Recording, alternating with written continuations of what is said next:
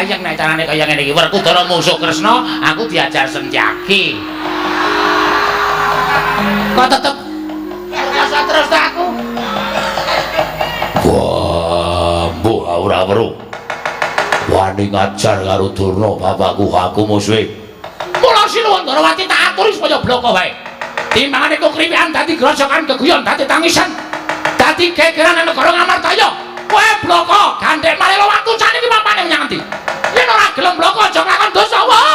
Aku nglakon ngamuk punggung negara Ngamartaya.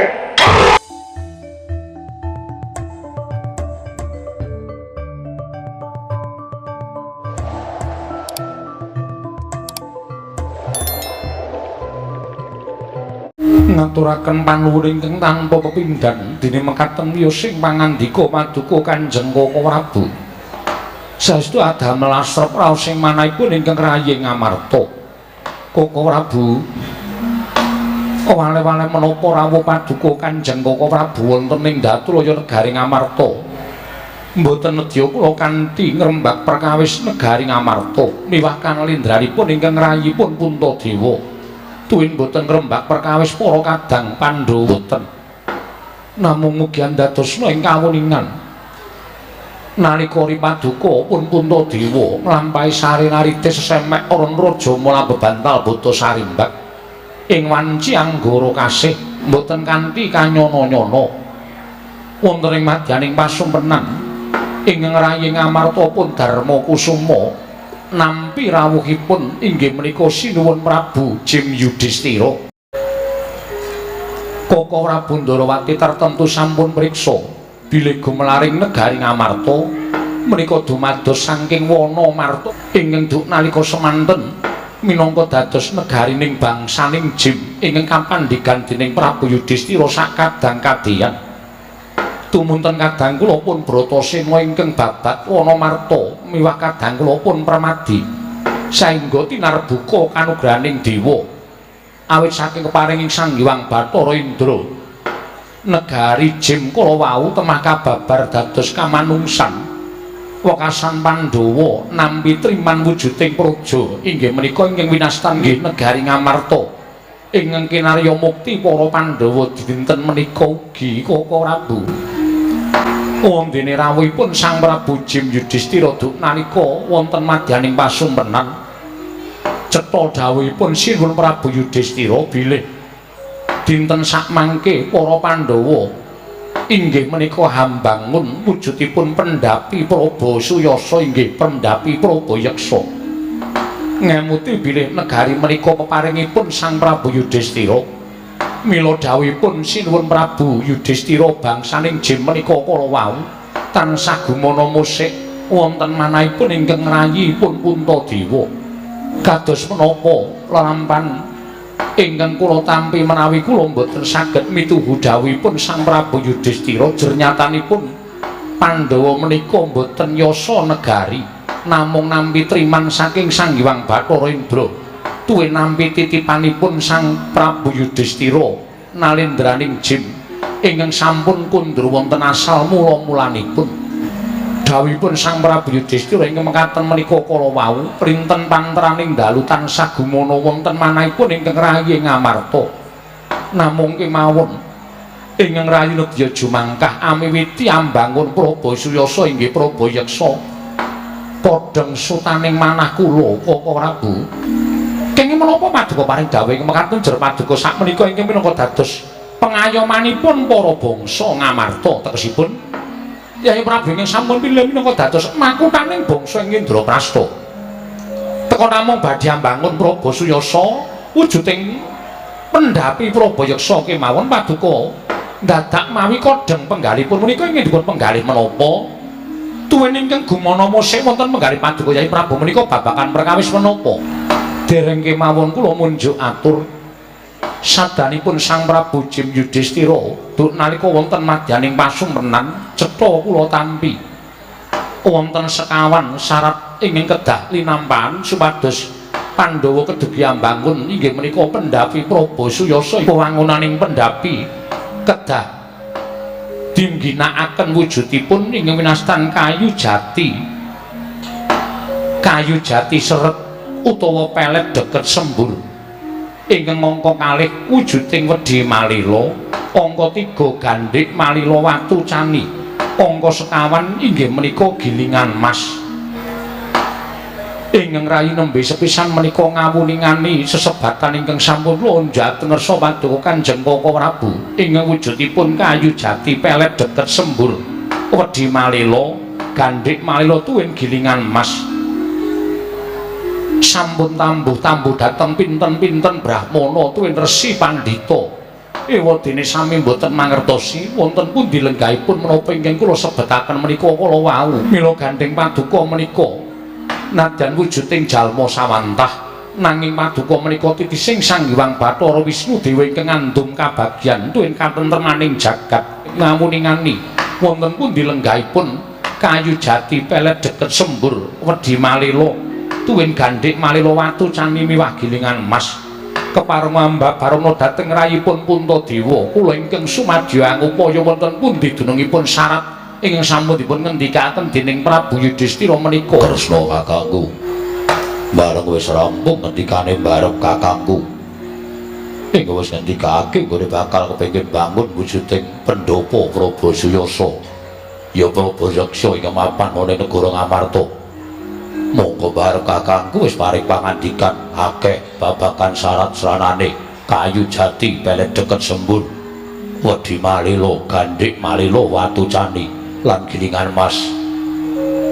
Teko kowe malah kendel ora paring pangandikan. Yen pancen Kresna kakangku ngerti kaki paring dawuh, nang yen ora ngerti aku sing ora nrimake lelakon iki. Kok siap diparing dawuh utawa siap dimatur lawan aku ora nrimake marang lelakon iki sebabe apa dasarmu piye? Kresna kakangku ana ing jagat minangka dadi pujaganing Pandhawa. Bebasan Pandhawa kuwi jangkah sepisan ngrimbyahake tangan. Ora lali tansah taren karo Kresna kakangku. Perkara iki kaki padhangno atine barep kakangku. Lah apa Siadi ora prisa menyang endi dununging syarat srana ing endi ngendikake dening Yayi Prabu Darma Aji. Nadyan bola-bali barep kakangku ngajak sapejagong karo aku. Apa sing dikake dening barep kakangku? Bloko Suta aku ora marteni menyang endi dununge lan menyang endi wujude lan lenggahe menyang endi. Kula tumuli aku matur karo barep kakangku, gandeng Pandhawa kuwi duwe pujangga ya kuwi Ratu Ndarawati. Mula ora luwih prayoga yen Ratu Ndarawati tinimbalan rawuh ana negara Ngamarta sing wigati supaya nuduhake menyang endi dununging syarat srana mau. Werkudara paring dawuh papane menyang endi aku sing sagung goleki. Semanten ugi kula Koko Prabu. Kula aturi paring dawuh dhateng Koko Prabu Ngamarta. Mangke ngerayi Janaka ing sagah ngupadi wonten pundi dunungipun syarat srana ingkang sampun dipun ngendikaken dening Koko Prabu Darma Kusuma. Padha sumenewa sawetara pun kakang bakal munjuk atursaning Yayi Prabu Darma Aji. Kula wonten paring dawuh Koko Prabu. Syarat srana ing sampun paduka ngendikaken bilih dawuhipun Sanata Prabu Yudhistira medal margining pasumenan bilih Pandhawa ambangun wujuding pendhapi Prabu Suyasa. Mongko cetha dawuhipun Sanata Prabu Yudhistira bilih para Pandhawa kedah kados kawan syarat srana supados rancak wewangunan ingkang badhe dipun tindakaken dening kadang-kadang kula para Pandhawa. Setunggal wujuding kayu jati pelet deket sembur angka kalih Wedhi Malila, angka 3 Gandhik Malila Watu Cani, angka sekawan Gilingan Mas. Sak pangertosanipun Nyara Ndarawati ingkang ngrenggani utawi ingkang nengga kayu jati pelet deket sembur menika mapan wonten ing Guwa Sela Mangleng. Bapane sapa? Lho, kok sik to? Lah kok Siadi lali karo kadangmu Tunggal Bayu? Kadangku Tunggal Bayu sapa? Kayu jati pelet deket sembur kuwi ditunggu dening Gajah Situbanda. Mula yen to Siadi wani nembung kelawan kadangmu Tunggal Bayu, iki mengko bakal kasembatan penjangane Yayi Prabu Darma Aji. Dene angkong loro Wedhi Malila kuwi papane ana ing Kedung Tuntang. Ana ing sak ngisoring Gunung Himalaya ana wujuding kedung persasat segara anakan. Nanging sejatine kuwi dudu wujuding kedung lumrah, nanging kuwi kedaton. Mula tembunga kalawan Sanata Prabu Sayong Sari ingkang wujud baya putih. Wedhi Malila mau ingkang asta panjenengan ingkang sinuwun. Angka 3 Gandhik Malila Watu Cani. Gandhik Malila Watucan iki papane ana ing Kayangan. Uga Gilingan Mas kuwi uga papane ana ing Kayangan. Duke nguni ingkang kagungan ya kuwi Nalendra Maespati Prabu Sri Arjuna Sastrabau. Nanging saiki wis pinundhut kondur ning Kayiwangan. Mula mung karyandum gawe sapa wae ingkang bisa ngaturake syarat patang werna ana ing negara Ngamarta iki ya kuwi dadi jalaran kadangmu Yai Prabu Darmaji kasembatan ambangun Prabasuyasa ya Prabayeksa Werkudara. Astaka swala sila berdobo suwalu gembol sumerante awela lha nuwun inggih Nger. Sampun kula tampi sumpah seganipun anak Prabu Ngamarta akarya bombong raos sing manahipun ing bapa ping 5. Namung kepareng kula ngaturaken pudya pangastawanipun ing bapa kunjung kersa paduka anak Prabu Ngamarta Nger. Kula pun dicundhaka panglingga murda amawahana kabagyaning gesang kula bapa Pramban. Mboten langkung kasekcakno anggen jengandika lenggah. Mboten kirang prayogi pisawanipun ing bapa ping 5 wonten negari Ngamarta dinten samangke menika. Anak Prabu Puntadewa Bapa Pramban Durna katuran karaharjan rawuhipun Bapa Pramban tansah pinanganing kawidadaring sambi kula sawanipun ing bapa wonten negari Ngamarta Nger. Amung kepareng kula ngaturaken salam taklim kula ngersanipun paduka anak Prabu Indrawati. Kula tampi karya bombong raos sing manah mboten langkung kasekcakno anggen jengandika lenggah. Kula sampun mboten kirang prayogi Nger. Durna bapakku, aku ngaturake sembahku katuru. Anak anu nganindi to? Bocah mursid iso miku dur mendem jero karo wong tuwa aja mung kandhek ning pangucap nanging kababaro dadi pakarti. Werkudara, tak tampa kowe ngaturake bekti karo aku ya Sena. Ora liwat pangestune bapak tampanan. Ndak gegem dadekake jimat prayoga nunggun melenggang. Kaya wis ora kurang prayoga pratane bapak ana ing negara Ngamarta. Telung dina kepungkur kowe tak wenehi banyu suci Perwitasari. Iya. Apa wis tak gunake? Yo wis. Merga kuwi kawruh kasampurnan manjing suruping pati. Aja nganti sembrono nggonmu menehake kawruh mau marang sak dengah wong merga yen to wong sing tok wenehi kawruh mau katabetan rasa angkara murka. Wekasan kawruh mau mung bakal ngobar jagat saisine. Ning wong mau duwe rasa becik, atine apik, bebudene ya becik. Mbok wenehi kawruh mau bakal babar katentremaning jagat raya. Durna bapakku ngestuake dawuh. Bapa Pramban kula ngaturaken bekti kula kunjuk. Anakku murid sing bagus dhewe Janaka. Pangestune bapak tampanana ya Janaka. Kula pun dinggo jimat paripe dayana ing kasantosan. Piye Sembadra rek apik-apik wae to? Sri Kandi? Inggih. Pinaringan waras Bapa Pramban. Larasati. Sedaya pinaringan kesarasan. Manuhara. Tasih pinaringan waras. Sing jelas sing endi? Mboten wonten. Syukur. Sing seneng bojo kuwi apike ditresnani ya Janaka. Inggih. Kudu adik lair lan batine aja mbanci timbang ciladan. Boten Pramban. Bapa Pramban kula ngaturaken bekti kula kunjuk. Bapa Pramban kula ngaturaken bekti kula kunjuk. Oh, nek kula sedewa tak tampa. Pangestuku tampanana ya kembar. Kula pun dinggo jimat paripe. Lho nggih, kula pun dinggo jimat paripe Bapa Pramban. Setyaki Wonten timbalan. kok ora mbageke Begawan Durna Mangke kemawon babar pisan wonten ing Jawi. ning jaba ngopo? Mangke menika perkawis kula. Heeh, wis ora apa-apa. Ora apa-apa Setyaki kok ora mbageke aku ora apa-apa. Nek pancen nggonmu karo gething karo aku nganti tekan lahir batin, nganti ana wong tuwa teko ning negara Ngamarta kowe tanpa mbageke tanpa segu, kowe tanpa mbageke karo Begawan Durna ora apa-apa. Sapa sing ora mbageke ora ngerti tata krama karo wong tuwa bakal entuk welaking dewa. Setyaki Wonten timbalan. aja nganti gawiku cemas maning nata Indrawati mbagekno sing apik-apik. Begawan Durna sami harja rawuhipun. Slamet Setyaki. Syukur. Lho. Mbok yo ngaturake sembah sungkem ngono lho. Sembah sungkem kula kunjuk. Ngono ra gawe paraming atiku. Pangestuku tampanana Setyaki. Kula tampi dawa sami-sami. Syukur. Tentrem atiku nek kaya ngene iki. Komplit kabeh panitia padha mbagekake. Wonten wigatos menapa dene jengandika kepareng rawuh.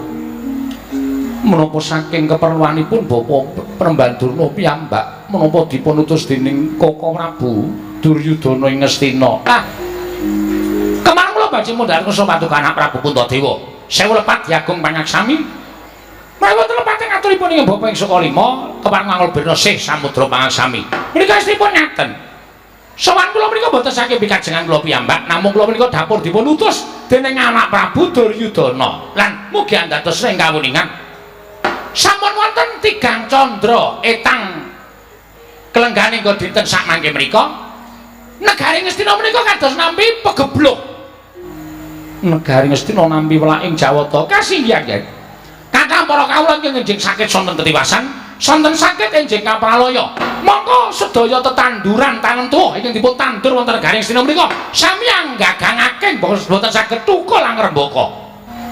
Dereng ngantos dumugi semanten anggenipun nampi lelampahan dumadakan katrak inggih menika sak kathahing sesakit ingkang tumanduk dhateng sangganing para kawula. Mila mboten ana maneh menawi negari Ngastina menika kawulanipun kathah ingkang nandhang sakit enjing sakit sonten tetiwasan, sonten sakit enjing kapraloya. Toya-toya sendang sami asat. Mongko ketiban ketiga ngerak angagak-agak ingkang satemah negari Ngastina menika kirang toya kirang boga. Bekasan damel cintranganipun para kawula sak negari Ngastina. Panjenengan menawi rawuh wonten negari Ngastina mriksani kawontenan negari Ngastina menika kula nuwun sewu ngelus dada. Kula piyambak boten mentala nyuwurupi dhateng kawontenan negari Ngastina. Kathah para among tani ingkang boten saged panen bekasan kekirangan boga tumunten nandhang sakit. Sasampunipun enjing sakit boten saged dipun tulung sonten tentu pecah. Sampun kathah pinten-pinten kawula negari Ngastina ingkang dados korban dumados ing pagebluk ing manduk wonten negari Ngastina. Kula piyambak boten mentala kok nyumurupi dhateng kawontenanipun negari Ngastina menika. Mergi kawula menika nuwun sewu enjing nyambut damel sonten boten menapa-menapa menika pecah. Monggo boten mawi sakit. Kawontenan kados mengaten menika canggih kathah. Bakul enjing dodolanipun laris. Mboten kanthi kanyono-nyono, namung klilipen kok pecah. Lho, namung klilipen Bapak. Iki klilipen watu sak trek. Dumadakan pecah. Wonten ingkang enjing budal wonten ing sawah ngluku garu lukunipun wonten ing pesawahan.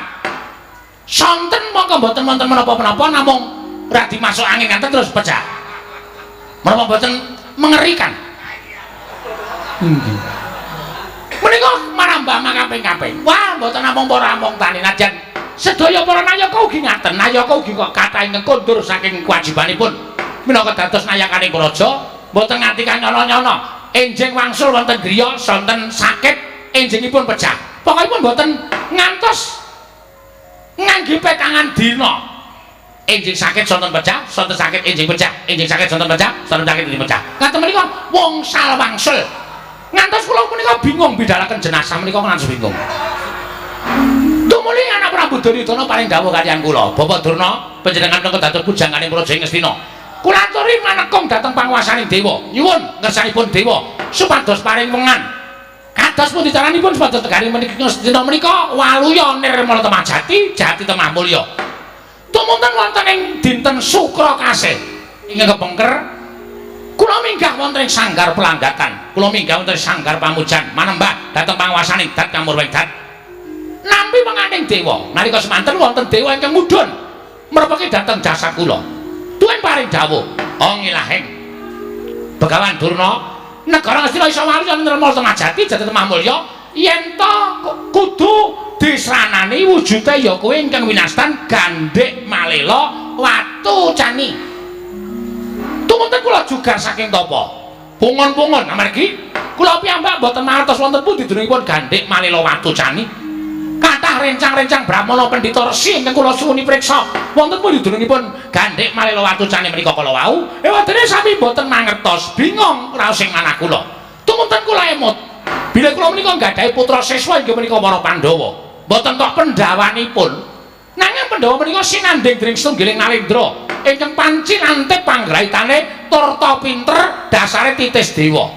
Mboten saged kejawi namung sinuwun Prabu Dwarawati. Kawuning ana niki mau janjane kula mboten bidhal saking Prapan Sukalima, nanging kula bidhal saking negari Dwarawati awit saking Pertapan Sukalima kula jumujuk wonten ing negari Dwarawati. Dumugi Dwarawati lah kok suwung. Mboten wonten nata Dwarawati ngendikanipun bidhal utawi sowan dhateng negari Ngamarta. mboten wangsul wonten ing Sukalima. Tumuli kula bidhal dhateng negari Ngamarta. Oh, syukur-syukur, Nger. Wonten mriki pinanggihan Sinten Prabu Ndarawati. Samangke kula badhe wonten perlu wonten Sukalima ing penggali paduka anak Prabu maring wedal sawetawis. Anggen kula badhe sampe jagong lan nata ing Ndarawati. Menawa dipun parengaken, Nger. Koko Prabu wonten dawuh Yayi. Bapa Penemban Durna mboten betah kalian para Pandhawa. Namung betah kalian paduka Kanjeng Koko Prabu Ndarawati. Betah kalian kula inggih kasinggihan menapa Koko Prabu. Menapa dipun keparengaken sawetawis kula dimajeng anggen kula ngabiyantara. Kula borongaken Purbawasana nasta paduka Kanjeng Koko Prabu Ndarawati. Gandhek malih watu cani kula boyong rumiyin wonten negari Ngastina. Mangke menawi Ngastina menika sampun padhang. Tumuli kula kandharaken wonten sanipun anak Prabu Wutadewa. Lah, sakmenika kula nyuwun keterangan. Gandhek malih watu cani menika kula nuwun sewu, papanipun wonten pundi? Nuwun sewu. Nadyan kula mangertos nanging kula mboten badhe mujuk atur. Lho, sebabipun menapa? Sebabipun menika badhe kinarya sarana syarat Nyai Prabu anggenipun badhe bangun Prabasuyasa. Mangke piye to? Menika nyawa lho, Nger. Menika nyawa. Nyawanipun tiang-tiang kawula sanegari Ngastina minggahing para nayaka lan punggawa. Lah kok panjenengan badhe mentala nyumurupi dhateng pejahipun para kawula Ngastina? Kula nuwun sewu, sing dadi Ratu Ngastina menika sinten? Anak Prabu Duryudana. Lah inggih, menika pakaryanipun ratu. Ratu ki wong kang sinambiran pakaryan nyekel kendho kencenging pernatan amis bajing ing negara ki ning pundhaking ratu. Ratu ki wong kang sinambiran pakaryan gawe tentrem, gawe ayeming para kawula. Kula nuwun sewu. Sampun dipun paringi sasmita kula kedah ngupadi wonten pundi Gandhik malih watu cani. Ning ewa semanten lah kok nalindranipun boten purun ngulir budi ngasah kadewasan. Ngupadi wonten pundi drengipun Gandhik malih menika kala wau. Kok dadak njaluk tulung wong kono-kono apa kurawane sarta Ratu Ngastina wis padha ora weruh mripate apa piye? Apa mata batine wis padha wuta ing atase ming goleki Gandhik malih watu cani kok dadak nyeroyo wong kono-kono. Kula nuwun sewu, kula namung munjuk atur. Menawi jengandika menika kula nuwun sewu menawa dados pujangganing Narendra ing Ngastina, panjenenganipun kok dados pujangganing negari Ngastina. Pendak-pendak wonten ribet, pendak-pendak wonten perkawis namung nyuwun pambiyantunipun tiyang sanes. Lajeng ginanipun menapa panjenengan dipun dapuk pujangga negari Ngastina Penemban. Bleguduk manyar-manyar mrigatil butute yang maha bebek. Ya kok dadi kaya ngono wis nuwun Ndarawati. Malah sampeyan luputi karo Begawan Durna. Oh, ora jumbo, ora padha karo kondange. Ora jumbo karo kawentaring Nata Ndarawati ing kondang titih Sanghyang Bathara Wisnu. Dewa sing tukang ngandung kabagyan, dewa sing tukang ngandung katentreman. Ning nyatane sampeyan ora iso gawe tentrem, sampeyan ora iso gawe bungah wong liya, sampeyan malah gawe peteng negara Ngastina. Terus wonten pundi dununging Wisnu? Nek ngono Wisnu sing mapanane nang angganing Ratu Ndarawati Menggara, ora ana nyatane. Nyatane sampeyan mentala nyumurupi patine para kawula sanegara Ngastina. Oh, Wisnu apa kaya ngono kuwi regane? Wani ngiyas karo Kanjeng Prabu ngaring-ngilani dadari Prabu Ndarawati. Jeleh nyawang jeglaring jagat semih rembulan ayo aja ngonek-onekke sembahku Setyaki sing ora trima. Kowe ngapa kowe? Yen pancen ora wani karo Setyaki aja pisan-pisan nguring-nguring karo Prabu Ndarawati. Iki sesembahanku, aku Senopati Ndarawati. Yen nganti kowe wani nyamah asmane Prabu Ndarawati, aku sing ora trima. Wah, bungke. Ora nyawang iki sapa? Iki guruku. Kowe wani ngonek-onekke Durna bapakku, aja mungsuh Durna, mungsuhe aku, mungsuh sapa-sapa aku ra wedi. Wah, idak mutar. Mutar kowe ayo. Oh! Kowe ngerti lho labuhaning wong tuwa, kowe ngerti nek aku iki gurumu, kowe ngerti nek aku iki bapakmu. Mula nek aku dunaunake Setyaki kowe ora trima. Bagus kaya ngono kuwi, Nger. Sing jeneng wong tuwa iso mikul dhuwur mendem jero karo wong tuwa kaya ngono kuwi. Nek nganti aku diajar karo Setyaki, nganti aku diwaneni karo Setyaki, kowe kudune ora trima. Mergo kabeh ilmu sing tak paringke kowe iki saka bapakmu Begawan Durna. Aja kuwatir. Setyaki melu maring anu karo kowe, wani ngonek-onekke karo kowe. Wis beda perkarane. Wis ora Setyaki mungsuh Kurawa, Setyaki mungsuh Werkudara. Lho, kowe kok ngono iki labuhi sapa? Prabu Durna bapakku. Iki guruku, iki bapakku. Sapa sing nyamah asmane guruku? Aku sing ora trima. Setyaki sapa? Setyaki iki adikku. Iki Senopati Ndarawati. Lah sapa sing arep wani karo Setyaki? arep mulasara karo Setyaki mungsuhe Kresna. Jagat Dewa Bathara. Ora sangleleng. Oh, saiki mengkari piye? Lho. Lho kok sinuwun Prabu Darawati melu-melu perkara iki kepiye? Sing melu-melu ning sanes kula ning Werkudara, wong maune meneng wae ora ana apa-apa bareng Durna diunek-unekke kok. Panjenengan diunek-unekke Setyaki menika sampun satrepipun wong sampeyan ora ngerti tata krama ngunek-unekke karo Ratu Darawati. Kula menika ala-ala ratu lho. Ora dicamah jenenge sapenake dhewe.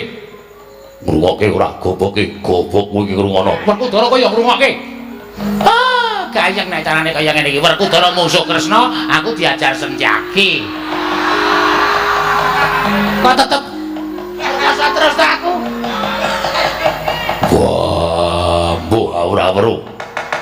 Wani ngajar karo Durna bapakku aku musuhe. Mula sinuwun Darawati tak aturi supaya bloko wae. Timbangane kok kriwikan dadi grojokan keguyon dadi tangisan. Dadi gegeran negara Ngamartaya. Kowe bloko gandhek marelo waktu jan iki papane menyang endi? Yen ora gelem bloko aja nglakon dosa wae. Aku nglakon ngamuk punggulane. Ayo didunke. Wah, wani jotos Durna bapakku. Wani wae. Wah, batik Werkudara. Ayo didunke.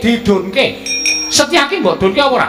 Setyaki ora mbok dunke, aku ora urusan perkara Prabayuya, ora urusan perkara Prabayeksa. Aku iso bangun ya sakarepmu, ora ya sakarepmu. Ayo didunke. Werkudara. Piye Setyaki? Lara ora? mboten.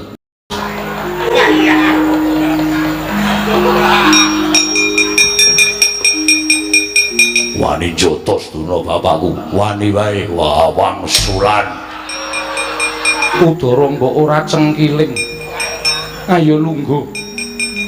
Ayo sing pernah ora pernah wis kono aturen dhewe negara Ngamarta aku tak mlebu kedaton. Wah. Itenono. Setyaki Wonten dawuh. sesuk meneh aja ngono ya. Inggih. Ya dikapak-kapakno kowe iki salah. Wong nyatane aku ora utusan karo kowe takon jotos Durna kok tok jotos. Pendhita cangkeme merah-merah. Jotos wae modal. Lah nek nganti kowe jotos kaya ngono kowe iki luput. Wong durung ana apa-apa durung ana dawuh saka aku kok wis tok jotos. Kowe salah. Kejaba nek aku wis dawuh karo kowe Setyaki Durna kuwi antemen tok antem ora apa-apa. Lah rak matur nyuwun pangestu. Ya iki. Kula kuwatos.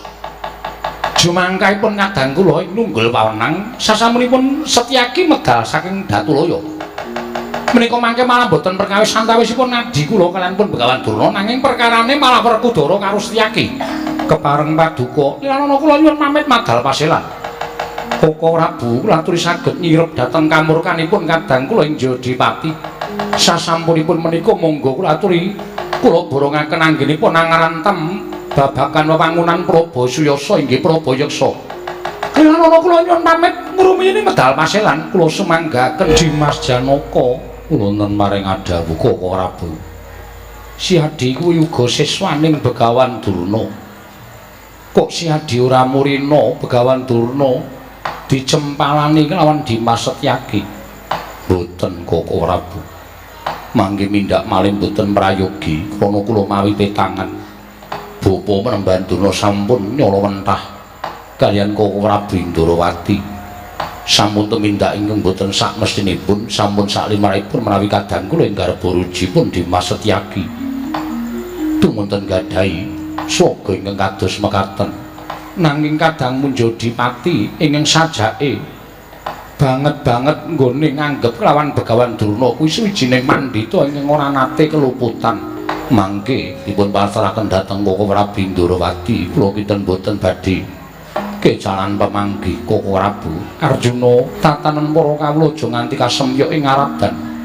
Pun Kakang kundur ngedhaton sembah kula ingkang ndherekaken Jengkar Paduka budhana kang padha seba.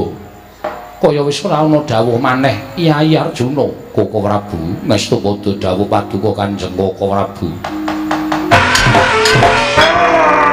Pripun Kakang? Lah kok dadi sampeyan malah metu njaba pagelaran njaba alun-alun negari Ngamarta? Kok nangis kaya cah cilik? Enten napa? Demate. Kula wis omong apa anane saring anak Prabu Puntadewa nyuwun ngampis Prabu Darawati supaya nyuwun priksa wonten muli durungipun gandhek Malela Watocani. Nggih. Ning sinuwun Bathara Kresna mboten paring pangandikan kula nesu. Sampeyan nesu kula. Nata Darawati kula unek-unekke. Bareng sinuwun Darawati kula unek-unekke sing ngadu arep kali kula dudu Nata Darawati. Sampeyan ya ora ngematke teng mriku niku ana sencaki apa ora? Anten. Ning gedhe ati kula merga diwangi karo Werkudara. Tumuli kula teruske nggone unek-unekke karo sinuwun Darawati.